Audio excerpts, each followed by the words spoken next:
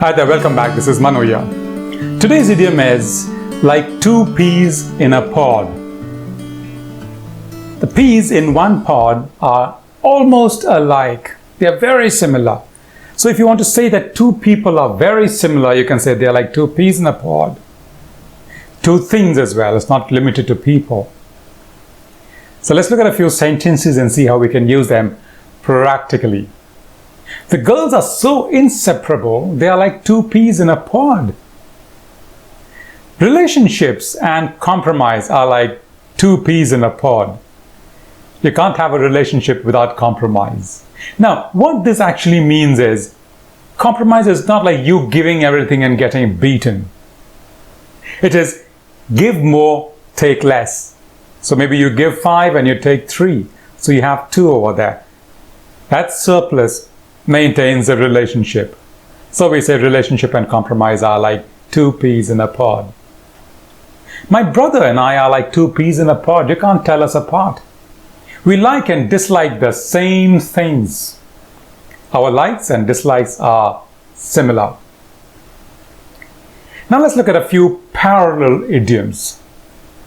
One is cut from the same cloth. So my daughters are cut from the same cloth. They are so similar, they are cut from the same cloth. That means there's no difference between the two. You can't tell them apart. Another one is being a dead ringer for. So, my daughters are a dead ringer for their mother. Both my daughters are a dead ringer for their mother. Means they are similar to their mother. My new car is a dead ringer for the one that I sold last month. That means I sold a car and I bought a similar car this month as well. So maybe I sold a Honda and I bought another Honda. It's a dead ringer for the one that I sold last month. A dead ringer for. A very confusing idiom is birds of a feather, but that's got a different meaning altogether. You can say they are like birds of a feather, but that's got an entirely different connotation. It's like birds of a feather flock together.